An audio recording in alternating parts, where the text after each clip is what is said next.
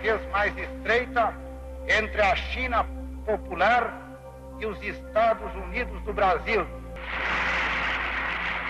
25 de agosto de 1961. O vice-presidente da República, João Goulart, encontra-se em missão oficial no exterior.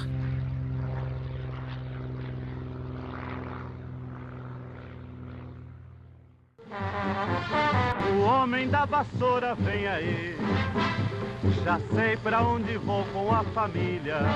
Eu só queria ver o homem da vassoura em Brasília. O homem da vassoura vem aí. Ao Congresso Nacional, nesta data, e por este instrumento, deixando com o ministro da Justiça as razões de meu ato, renuncio ao mandato de presidente da República. 25 de agosto de 1961, o presidente da República, Jânio Quadros, deixa o cargo.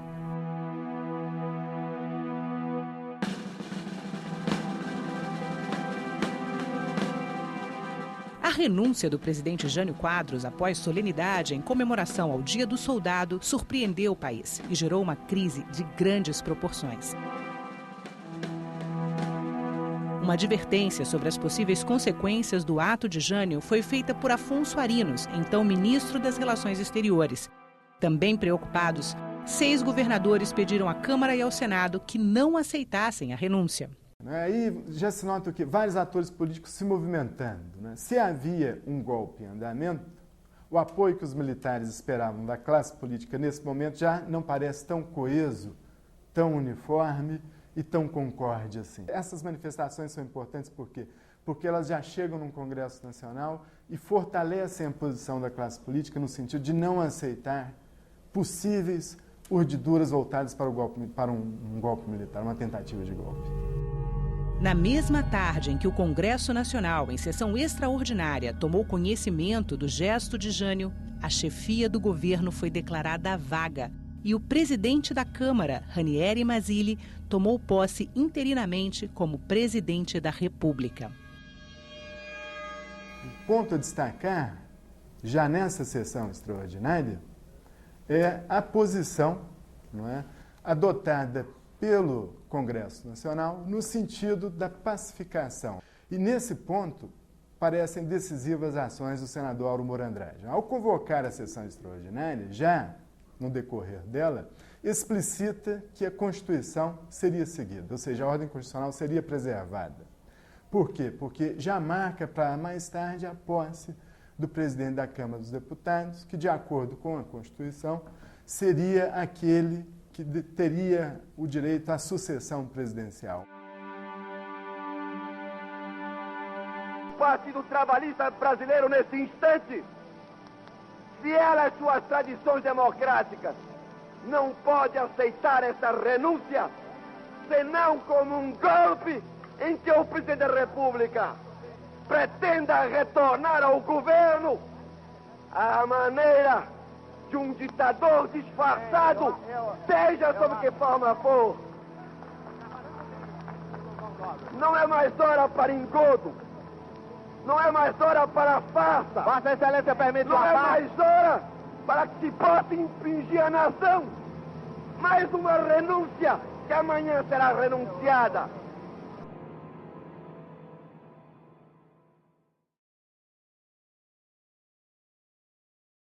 O Jânio, ele era muito personalista e ele sentiu muita dificuldade de governar tendo que dialogar com o Congresso Nacional, que expressa a pluralidade de interesses, de opiniões políticas, de projetos políticos para o Brasil. Então, diz que ele tinha uma dificuldade de dialogar com o Legislativo e que sentiu, isso é uma interpretação, que ele sentia, isso aparece pelos bilhetes que ele mandava, pela maneira como ele se dirigia aos seus ministros, etc., uma vontade de concentrar um poder maior em si mesmo. E aí ele renunciou. Há uma interpretação de que isso era uma espécie de um golpe branco, uma tentativa, uma vez que ele foi eleito com milhões de votos, foi uma votação imensa em quantidade de votos, que ele teria o apoio do povo e dos seus apoiadores políticos para continuar no poder de uma maneira fortalecida. Todo mundo lá em casa é fã da dobradinha. João Goulart, o Jango, sucessor de Jânio, conforme previa a Constituição, era vice-presidente da República pela segunda vez. Espalhe a senha da vitória para um Brasil melhor. Jan, Jan. Na primeira, havia sido eleito com Juscelino Kubitschek, em 1955.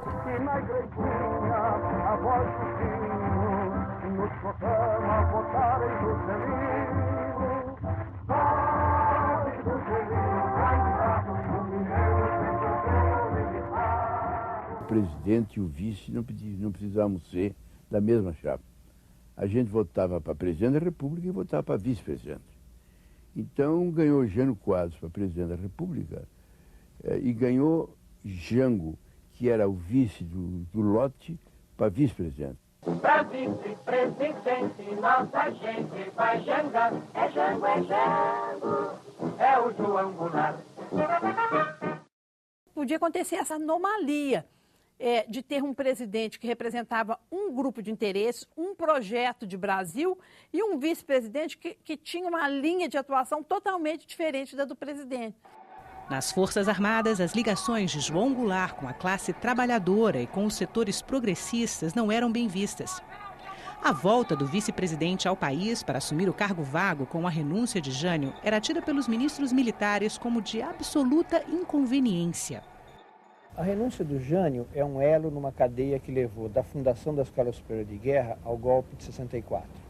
Na volta dos militares brasileiros da Segunda Guerra Mundial, eles vieram imbuídos do projeto norte-americano de democracia no marco da Guerra Fria.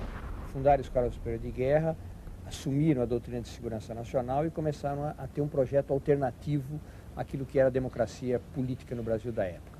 Passou pela tentativa de derrubar o Getúlio, de impedir a posse do Juscelino na eleição de 55, por tentativas de golpe menores durante o governo do Juscelino e, finalmente não, a tentativa de impedir que, com a renúncia do Jânio, o João Goulart tomasse posse. Em 1960, próxima à renúncia de Jânio, foi talvez um dos momentos assim, cruciais da chamada Guerra Fria e da bipolaridade, que começou depois da Segunda Guerra Mundial. A União Soviética liderava um projeto de expansão do socialismo no mundo e os Estados Unidos, que se fortaleceu muito com a Segunda Guerra Mundial, lideravam um projeto de manutenção e expansão do capitalismo. Então, países como o Brasil, que eram países do chamado naquela época terceiro mundo, países subdesenvolvidos, que estavam com um potencial de desenvolvimento muito grande, eles eram cobiçados pelos dois lados.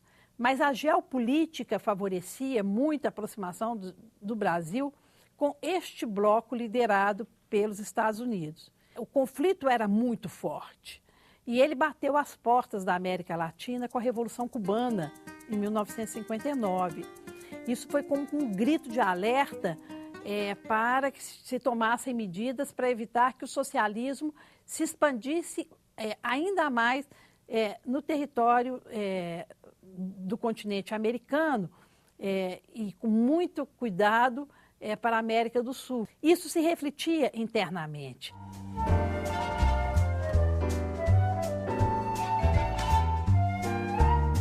Nós estamos testemunhando nessas décadas que vão de 1940 até 1970 e 80, uma mudança significativa na fisionomia do país.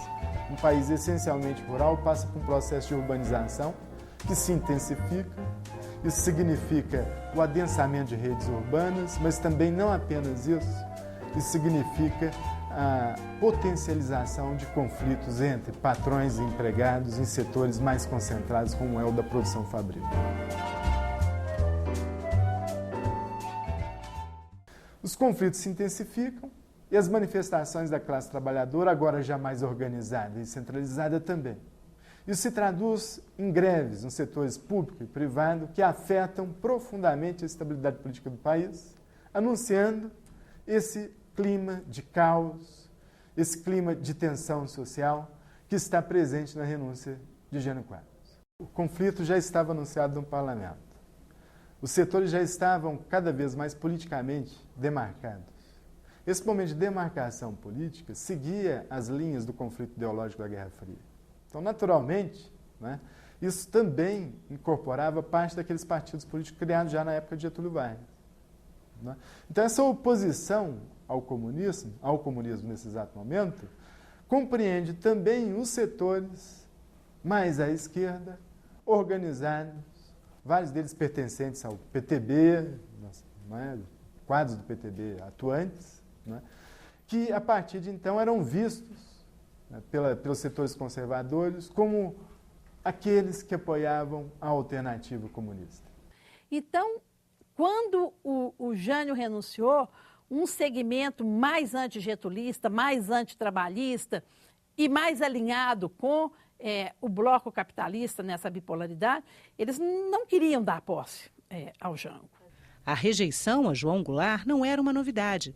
Ela começou quando Jango foi ministro do Trabalho. Em 1953, Getúlio fez uma reforma ministerial e convidou João Goulart para ser o ministro do Trabalho. Houve uma reação dos opositores a Vargas enorme contra João Goulart. Alegavam que desde que ele era um bom vivão, um boêmio, um político que vivia churrascada com os trabalhadores, que visitava os sindicatos, que dialogava com o Partido Comunista, que queria fazer uma reforma profunda na Previdência Social. E a atuação de Jango no Ministério do Trabalho foi uma atuação muito firme.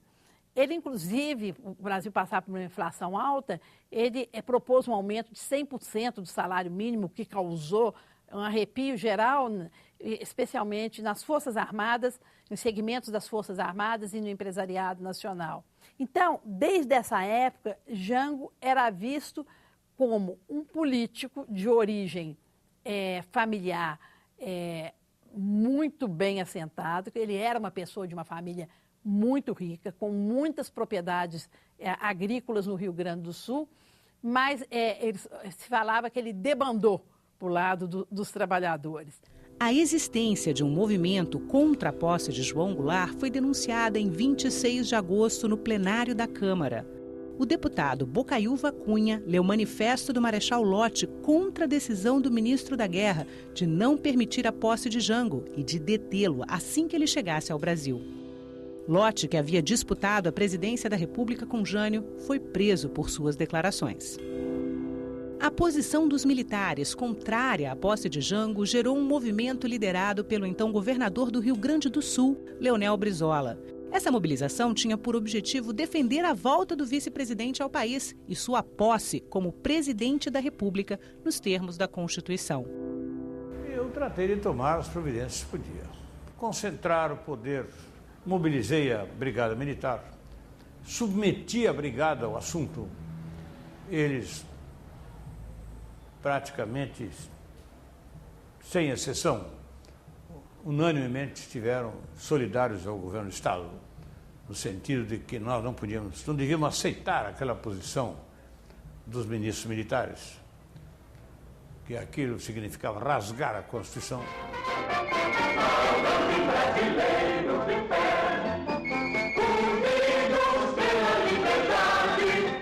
Mandamos transferir a Rádio Guaíba para o Palácio.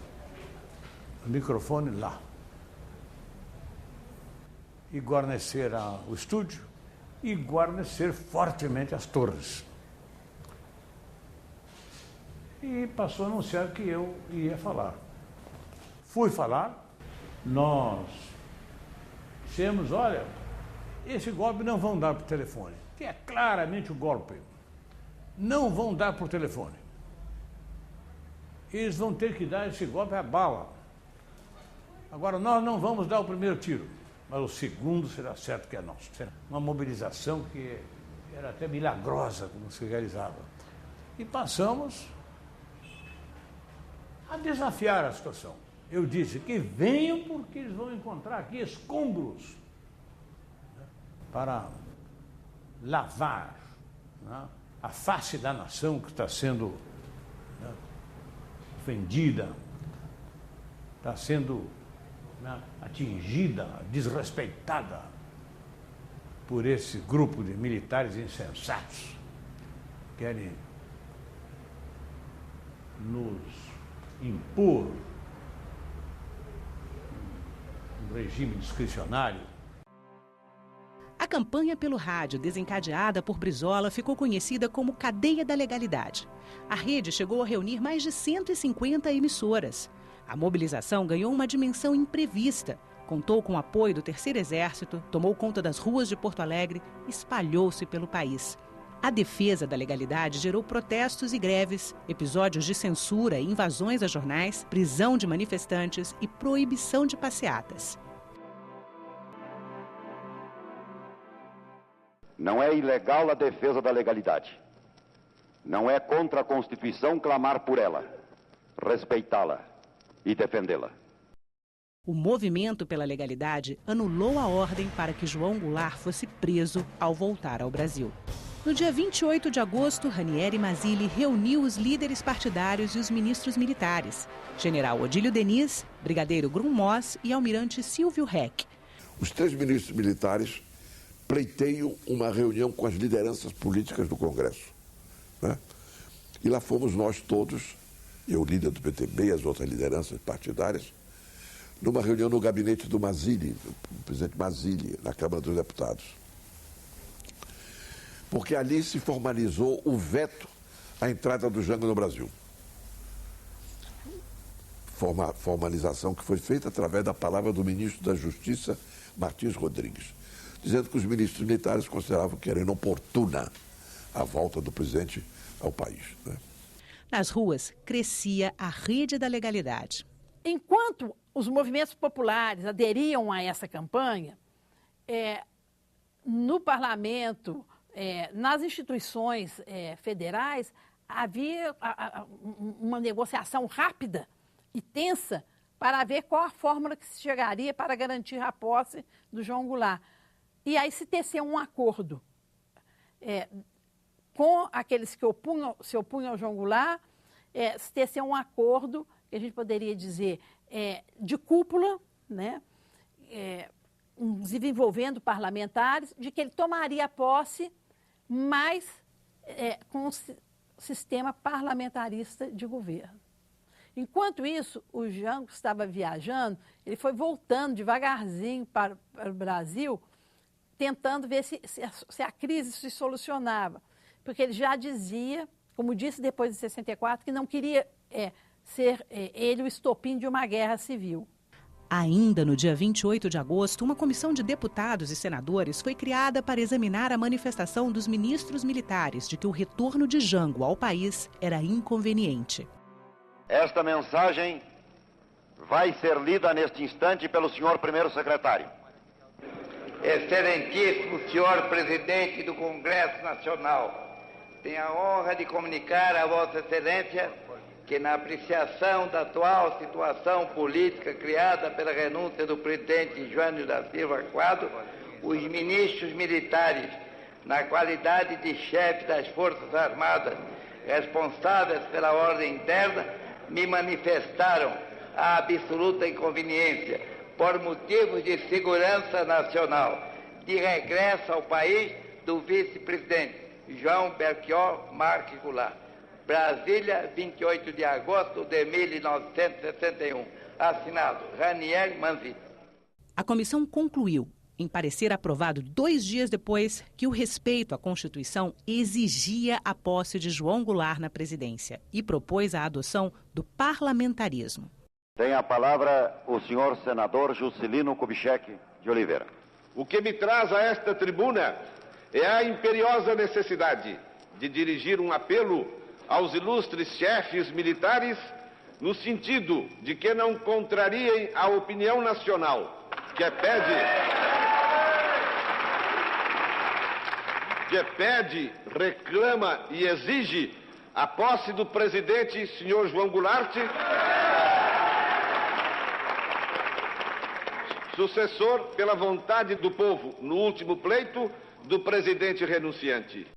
Observe bem, a crise política será encaminhada a partir de agora por meio de um expediente legislativo. Isso é extremamente importante. Por quê?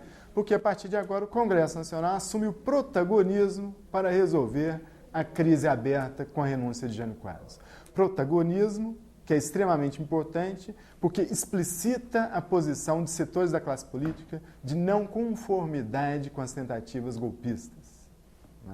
Esta mensagem destinada ao Congresso Nacional cria, portanto, a oportunidade do Congresso se manifestar e não só se manifestar, de tomar uma iniciativa que oferecesse para aquele momento político uma saída pacífica para aquela crise que se avolumava a cada dia.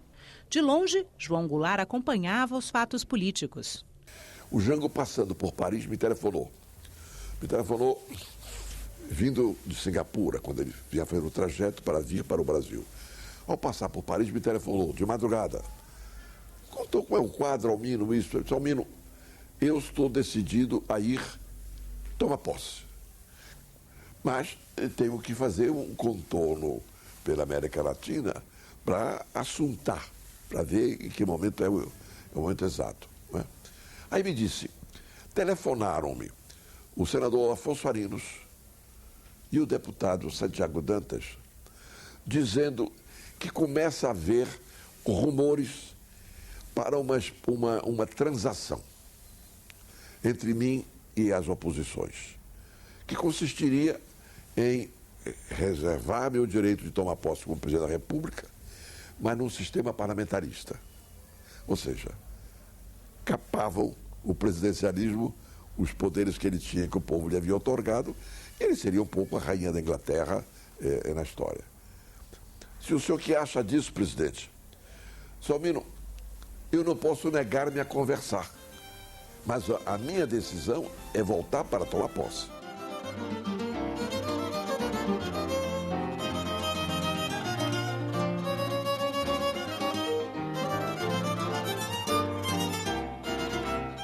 Tengo un candombe para Gardel,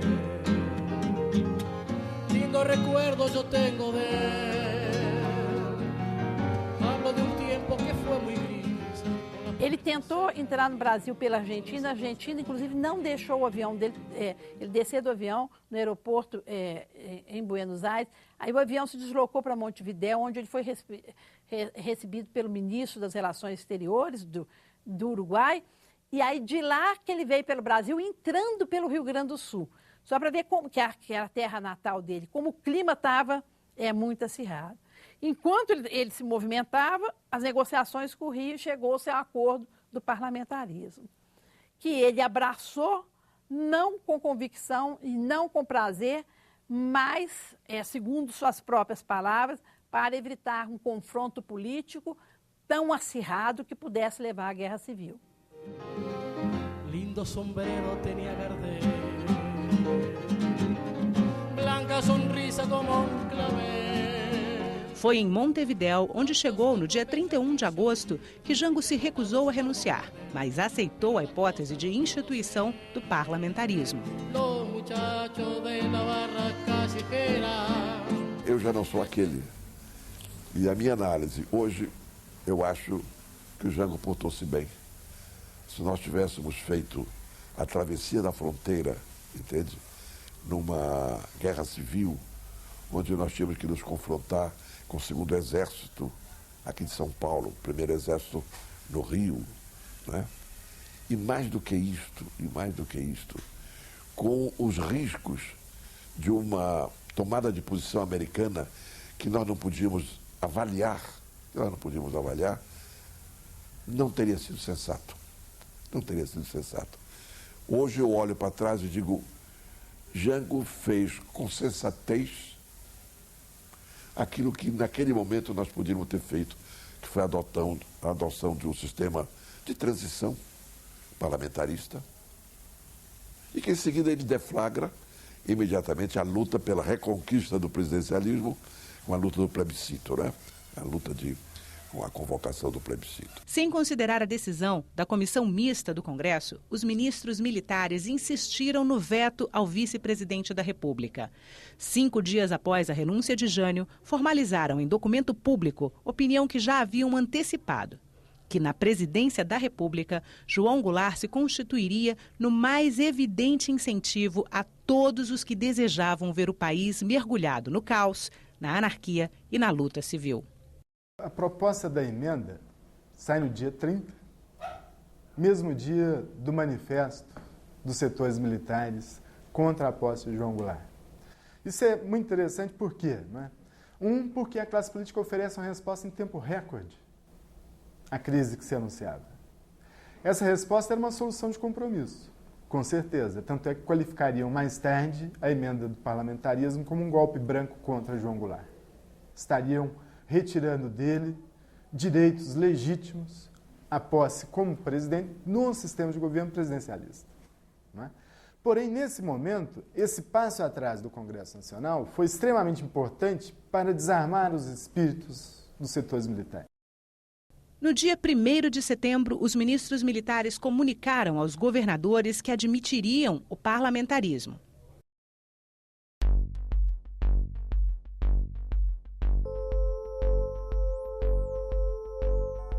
No dia 2, já em Porto Alegre, João Goulart encaminhou à cadeia da legalidade um manifesto à nação. Nele, a aceitação tácita do parlamentarismo, contrariando as expectativas de Brizola.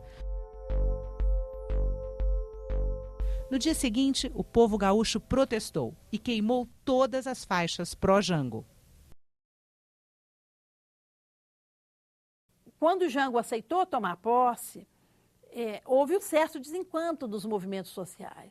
Só para se ter uma ideia, o movimento sindical, que era muito forte à época, desencadeou uma greve que teve uma adesão tão grande nas principais capitais do Brasil, que dali foi fundado o Comando Geral dos Trabalhadores no Brasil. Ainda no dia 2 de setembro, a emenda do parlamentarismo foi aprovada pela Câmara dos Deputados em segunda discussão, por 233 votos a 55. À noite, o Senado aprovava a proposta por 48 votos a 6, também em segunda discussão. No mesmo dia, a emenda foi promulgada por Auro Moura Andrade, presidente do Senado e do Congresso. Houve um desrespeito à Constituição, né? Porque a Constituição previa caso de morte, viagem, impedimento do presidente, assume o vice-presidente. E o vice-presidente tinha plenas condições de saúde, estava legalmente empossado como vice-presidente, ele só estava cumprindo uma missão oficial do Brasil no exterior. Então, essa adoção do sistema parlamentarista, ela não tinha nada a ver com a Constituição.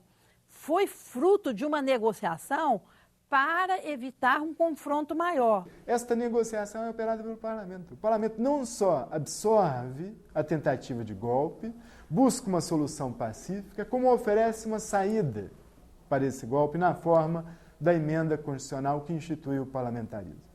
A viagem de Jango de Porto Alegre a Brasília foi um capítulo especial desse episódio da história do Brasil. A partir de uma denúncia, o jornal Última Hora publicou o plano de oficiais direitistas da base aérea do Galeão, no Rio de Janeiro. Interceptar o avião que conduziria Jango, a capital do país, para a posse. Segundo a denúncia, o plano previa até mesmo o abate da aeronave, se necessário. Documentos guardados no arquivo do Senado mostram a apreensão do presidente da República em exercício, Ranieri Mazzilli, e do presidente do Senado, Auro Moura Andrade, com essa informação.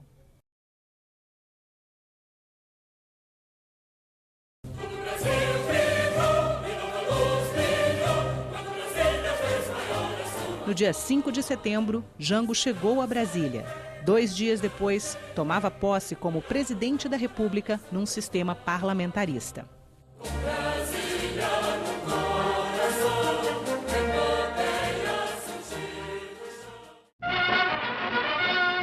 Parlamentarismo, sim ou não? Participe através de seu O Cruzeiro desta semana da pesquisa de opinião que vai dizer antes do plebiscito quais os rumos da democracia brasileira. Está palpitante, atual, a nova edição de O Cruzeiro e você não pode perder a pré-estreia do biquíni nas praias cariocas. É uma linda amostra do que vai ser o verão.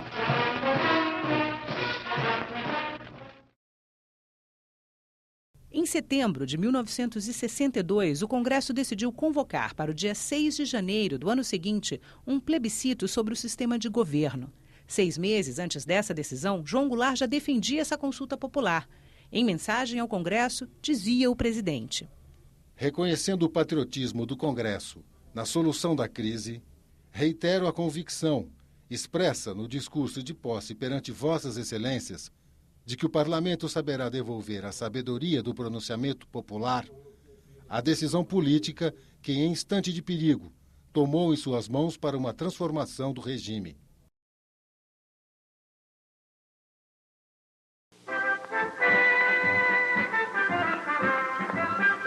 Meu povo, está na hora de acabar a confusão. Toda a nação vai responder que não.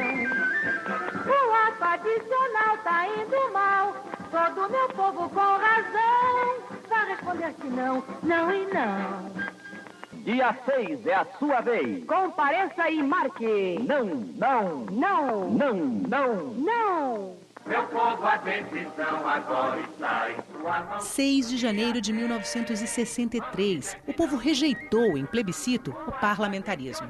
Dos 12 milhões e 400 mil eleitores, cerca de 10 milhões votaram pela volta do presidencialismo. O sistema presidencialista foi restabelecido, então, por uma emenda à Constituição promulgada no dia 23 de janeiro de 1963.